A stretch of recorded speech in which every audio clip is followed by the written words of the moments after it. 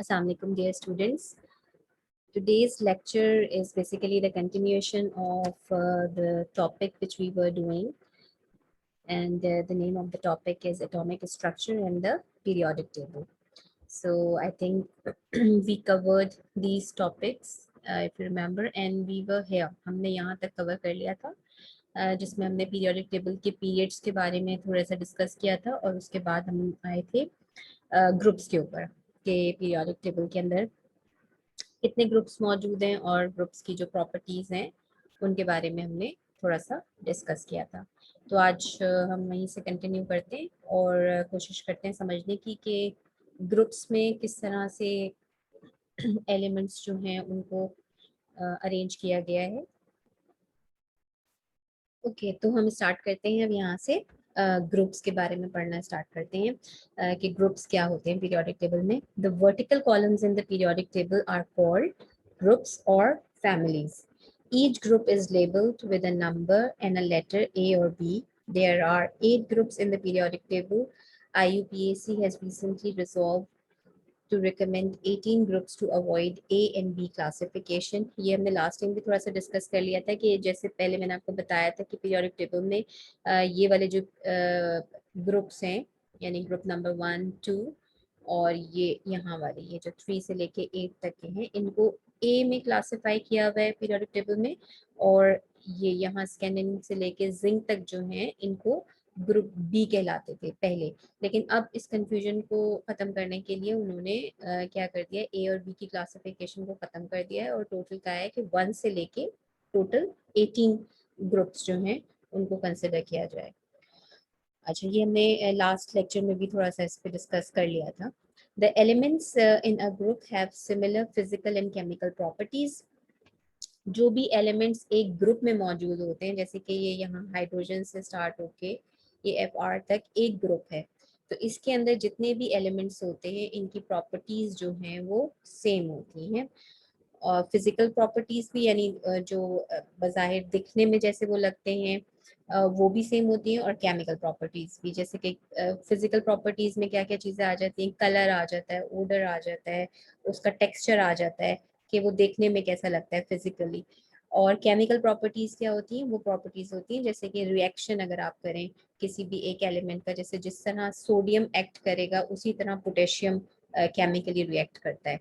तो जो भी मेंबर्स एक ग्रुप के अंदर मौजूद होते हैं उनके अंदर फिजिकल और केमिकल प्रॉपर्टीज के अंदर सिमिलैरिटीज होती हैं. Elements in the same group show similar chemical properties because of similar electronic configuration in the outermost energy level. अच्छा, chemical properties जो हैं ग्रुप के मेंबर्स की, ये जैसे एक ग्रुप है, इन मेंबर्स की केमिकल प्रॉपर्टीज क्यों सेम होती हैं? अब हमने लास्ट टाइम अगर आपको याद हो तो हमने देखा था कि इनकी इलेक्ट्रॉनिक कॉन्फ़िगरेशन हमने देखी थी, और जो ग्रुप के जो मेंबर्स हैं इनके जो आउटर मोस्ट इलेक्ट्रॉन की जो कॉन्फ़िगरेशंस होती हैं,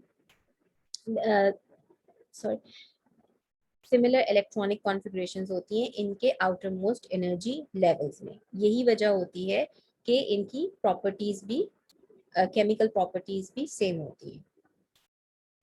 अच्छा, इलेक्ट्रॉनिक कॉन्फ़िगरेशन की रेफरेंस से मैंने आपको एक होमवर्क भी दिया था. मैंने आपसे कहा था कि जो 40 से लो एटॉमिक नंबर के एलिमेंट्स हैं उनकी इलेक्ट्रॉनिक कॉन्फ़िगरेशंस आपने लिखनी है और ट्राई करनी है खुद से. तो आई होप आप सबने किया होगा वो. तो अगर अब आप देखिए कि ये जैसे कि इस ग्रुप को हम कंसिडर करते हैं, जैसे लिथियम को ले लेते हैं, तो इसमें आपको पता है कि जो इसके लास्ट एनर्जी लेवल, ये जैसे 2s आएगा इसके लास्ट इलेक्ट्रॉनिक कॉन्फ़िगरेशन में. तो अब देखिए 2 तो चेंज हो रहा है, यानी कि जो इसका ऑर्बिटल है वो, ऑर्बिट है वो तो चेंज हो रहा है, यानी प्रिंसिपल क्वांटम नंबर जो है वो तो चेंज हो रहा है, लेकिन जो लास्ट सब एनर्जी लेवल होता है उसका वो ऐसे ही रहेगा लिथियम का. इसी तरह सोडियम का भी सेम रहेगा, पोटेशियम का भी सेम रहेगा, सिर्फ इनके जो ऑर्बिट्स हैं वो चेंज हो जाएंगे, प्रिंसिपल क्वांटम नंबर उनका चेंज हो रहा है, लेकिन जो सब ऑर्बिटल है, यानी कि जो लास्ट इलेक्ट्रॉन जिस सब ऑर्बिटल में आ रहा है, जिस सब एनर्जी लेवल में आ रहा है, वो इन सब का सेम रहता है, यानी सब का लास्ट वाला जो होगा वो क्या होगा, एस ऑर्बिटल ही होगा, और उसमें एक एक ही इलेक्ट्रॉन मौजूद होता है. ठीक है, तो ये आप थोड़ा सा प्रीवियस लेक्चर जो है उसको गो थ्रू कर लेंगे तो आपको फर्दर ये क्लैरिफाई हो जाएगी चीज़। इसी तरह जो सेकंड ग्रुप है उसमें भी इसी तरह होगा, जो लास्ट जो सब ऑर्बिटल है वो एस रहेगा और उनके अंदर जैसे 2 इलेक्ट्रॉन्स हैं बेरिलियम में, मैग्नीशियम में भी 2 ही रहेंगे, कैल्शियम में भी लास्ट में 2 ही रहते हैं। इसी वजह से आप जब डाउन द ग्रुप जाते हैं तो आपको एक खास ट्रेंड नजर आता है जो कि इन सब का सेम होता है। जब ग्रुप में जो भी मेंबर्स हैं, जो फैमिली मेंबर्स हैं, इसीलिए इनको फैमिली मेंबर्स भी कहा जाता है कि इनकी प्रॉपर्टीज जो हैं वो बहुत ज्यादा एक दूसरे से मैच करती हैं, मिलती जुलती हैं। The elements present in group A except hydrogen are called alkali metals. अच्छा देखिए, थोड़ा सा हाइड्रोजन जो है ना इसके अंदर, क्योंकि एक ही इलेक्ट्रॉन एक ही प्रोटॉन है तो इसकी जो प्रॉपर्टीज होती हैं थोड़ी सी हटके हैं, मतलब ये थोड़ा सा डिफरेंट है अपने ग्रुप मेंबर्स से। बाकी के जो ग्रुप मेंबर्स हैं इनकी प्रॉपर्टीज ऑलमोस्ट सेम। ठीक। अच्छा, अब इन इन इन तमाम हाइड्रोजन के अलावा जितने भी एलिमेंट्स इस ग्रुप में मौजूद हैं, फर्स्ट ग्रुप में, इन सबको क्या कहा जाता है? इनको एल्कली मेटल्स कहा जाता है। और इनकी प्रॉपर्टीज क्या हैं? They react with water to form strong alkalis. जब वाटर के साथ ये रिएक्ट करते हैं तो स्ट्रॉन्ग एल्कलीज बना लेते हैं। They have 1 electron in the outermost s energy level, that is 1s1। ठीक। The members of alkali metals are lithium, sodium, potassium, rubidium, cesium, and Fr. They are soft metal and quickly tarnish in air. ये बड़े soft से metals होते हैं और quickly tarnish in air का मतलब ये होता है कि इनका जो कलर होता है, अगर इनको आप जैसे एयर में रख दें तो कलर इनका थोड़ा सा चेंज हो जाता है। जैसे आपने देखा है ना, आयरन के ऊपर रस्ट आ जाता है, इनके ऊपर रस्ट तो नहीं आता है लेकिन जो इनकी शाइन है वो थोड़ी सी फेड हो जाती है, उसको कहते हैं कि टर्निश हो जाते हैं, ये tarnish in air. They react readily with water to form corresponding hydroxides. Water के साथ क्विकली रिएक्ट कर लेते हैं ये, ताकि और वो क्या बना लेते हैं? अपने हाइड्रोक्साइड्स बना लेते हैं। They are mostly used as heat exchanger in certain type of nuclear reactor. Nuclear reactors के अंदर भी यूज होते हैं और हीट को एक्सचेंज करने के लिए यूज होते हैं। The bright yellowish street lights are sodium vapour lamps. आपने अक्सर देखे होंगे स्ट्रीट लैम्प्स जो रात के टाइम पे जलते हैं येलो कलर के, they are also the sodium vapour lamps. ठीक है। Group 1b includes copper, Ag and gold. Copper, silver and gold. ठीक। अब ये ग्रुप 1b में आप देख लीजिए कि कौन कौन से ये मौजूद है। यहाँ पे ये देखिए, कॉपर, सिल्वर एंड गोल्ड। ठीक।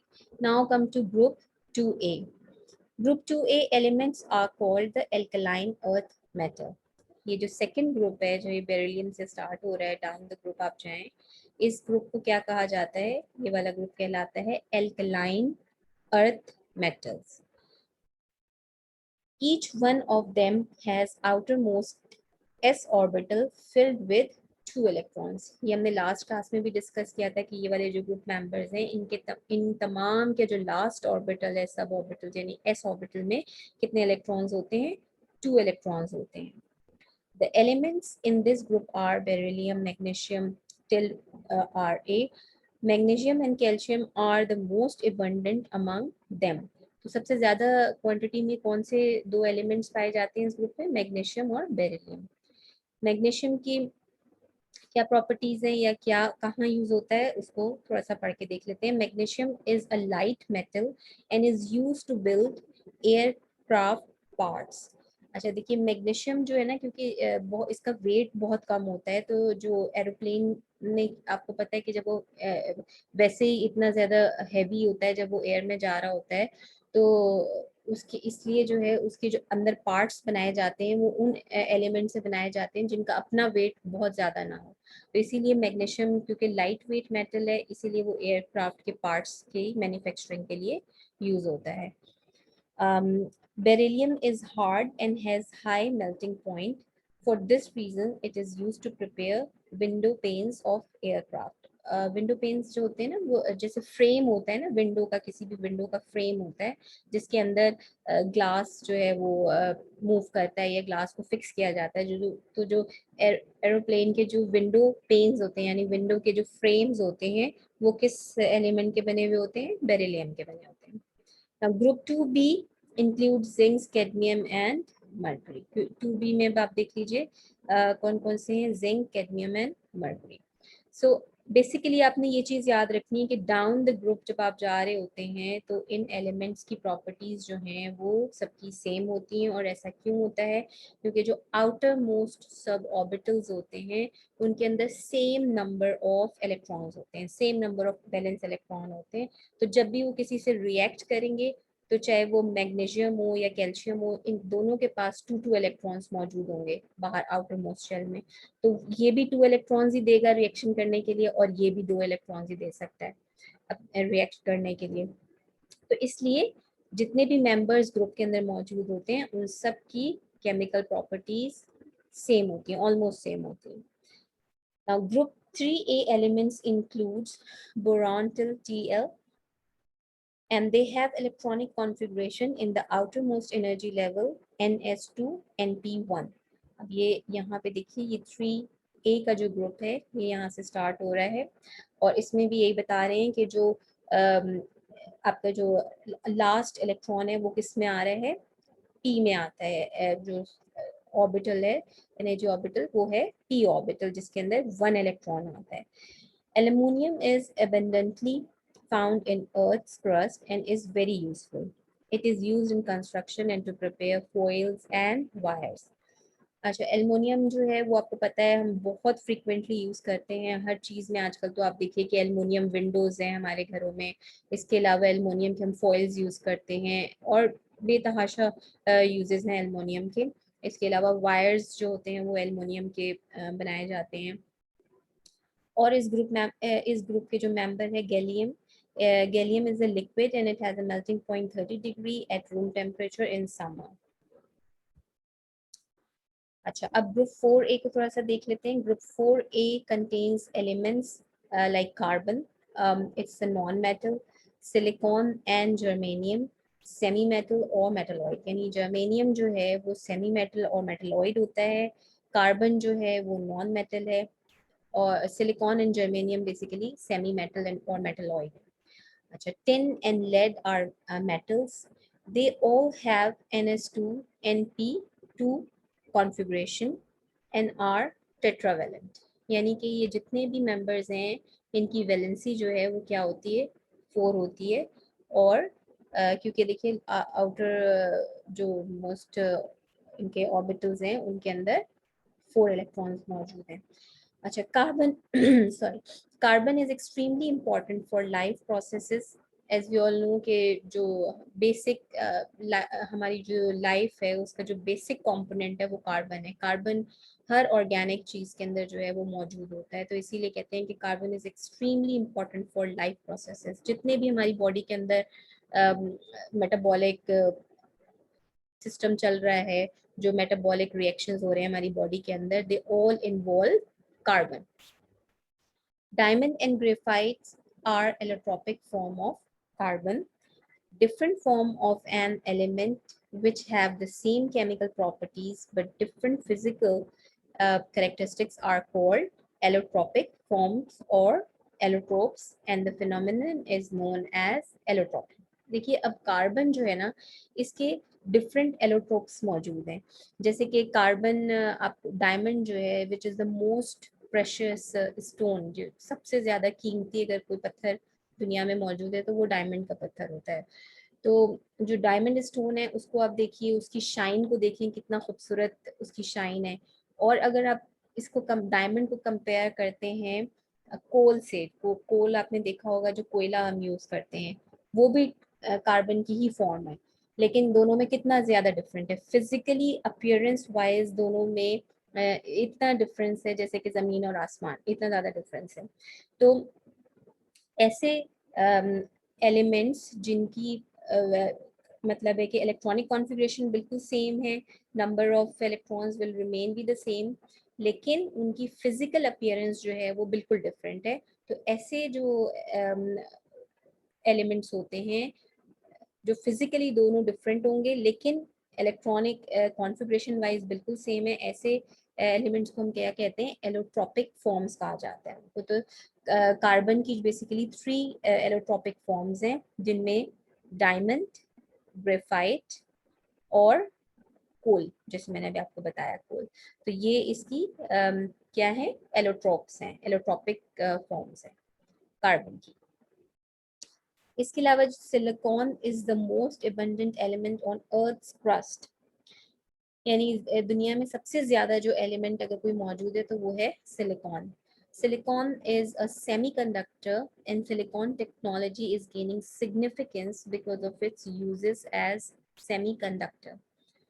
अच्छा, अब देखिए सिलिकॉन की जब से इन्वेंशन हुई है तो इसके बाद से दुनिया ने बहुत तेज़ी के साथ तरक्की की है, क्योंकि सिलिकॉन जो है ना ये आपकी यूज़ होता है कंप्यूटर चिप्स, जो आपने देखी होंगी ना कंप्यूटर के अंदर चिप्स लगी हुई होती हैं ग्रीन कलर की, आपके मोबाइल के अंदर भी चिप्स हैं ग्रीन कलर की लगी हुई होती हैं, जिसके थ्रू करंट एंड ये सारी चीज़ें जो हैं वो पास हो रही होती हैं, क्योंकि it is a very good semi conductor. तो इस वजह से जब से सिलिकॉन इन्वेंट हुआ है, और ये लेट 50s में 1959 में इन्वेंट हुआ था सिलिकॉन, और उसके बाद से आपकी टेक्नोलॉजी के अंदर जो है एक बूस्ट आ गया, बहुत तेज़ी के साथ टेक्नोलॉजी जो है वो डेवलप हुई है। और आपको अगर पता हो कि सिलिकॉन वैली के नाम से एक बहुत ह्यूज और बहुत बड़ा इंस्टीट्यूट यूएसए में मौजूद है, जिसके अंदर जितनी भी कंप्यूटर मोबाइल के जितने बड़े बड़े ब्रांड्स हैं, एप्पल है, आपका विंडोज़ हैं, इनके सबके ऑफिस सिलिकॉन वैली के अंदर मौजूद हैं। उसको नाम ही उन्होंने सिलिकॉन वैली दे दिया है, क्योंकि जब से सिलिकॉन इन्वेंट हुआ है उसके बाद से ये सारी टेक्नोलॉजीज जो हैं वो we all are using that technology, so उसको सिलिकॉन वैली कहा जाता है उस जगह को।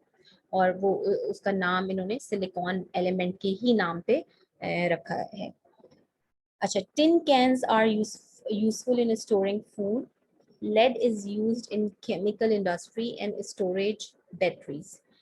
अब देखिए टिन जो है वो हम कितना यूज करते हैं स्टोरिंग फूड के लिए, जितने भी टिन पैक्स आते हैं वो टिन से बनते हैं, और ये ग्रुप 4 के एलिमेंट्स में मौजूद है टिन।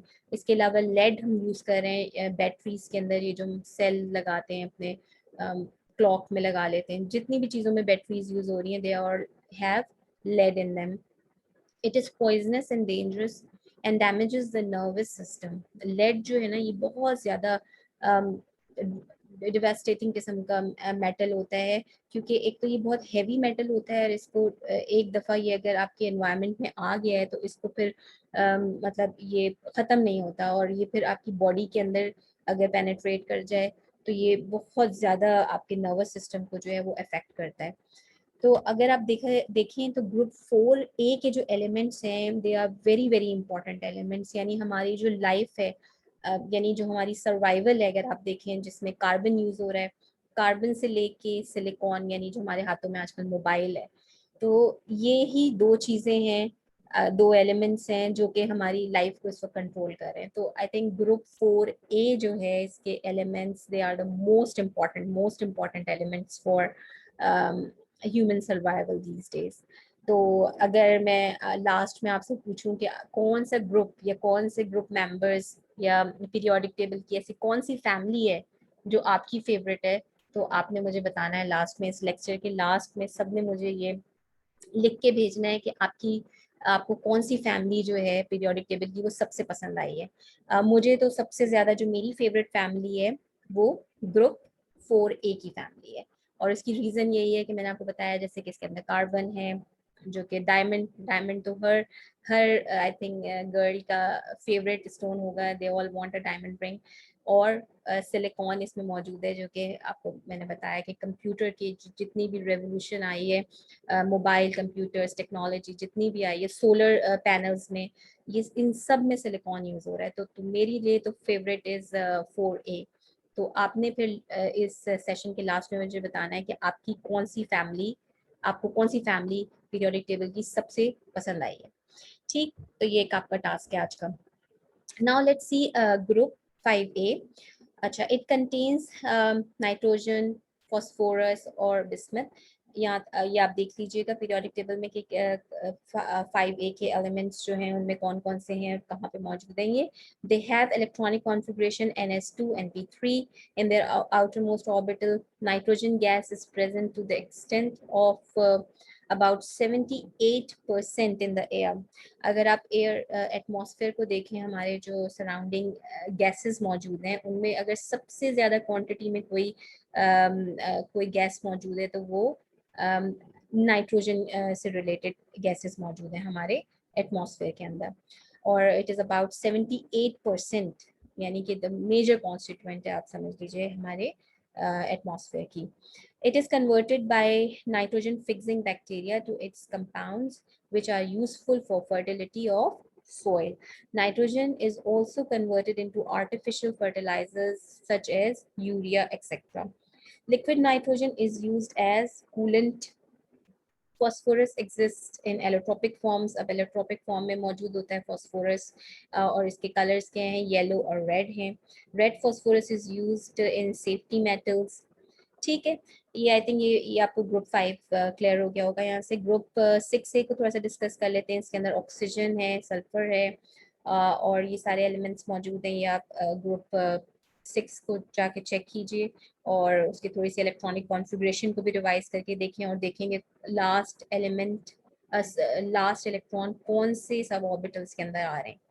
ठीक है, oxygen and sulphur are the most abundant for life processes.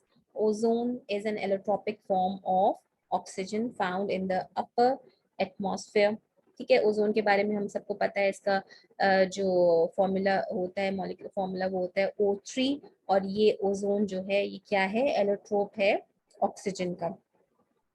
It helps in maintaining the it helps in preventing the ultraviolet light to reach the surface of the earth. ये तो हम सभी को मालूम है कि ओजोन लेयर स्ट्रेटोस्फेयर में मौजूद होती है, अपर एटमॉस्फेयर में, और ये इसका काम ये होता है कि ये प्रोटेक्ट करती है हार्मफुल यूवी रेडिएशंस को हमारी अर्थ तक आने से रोकती है उनको.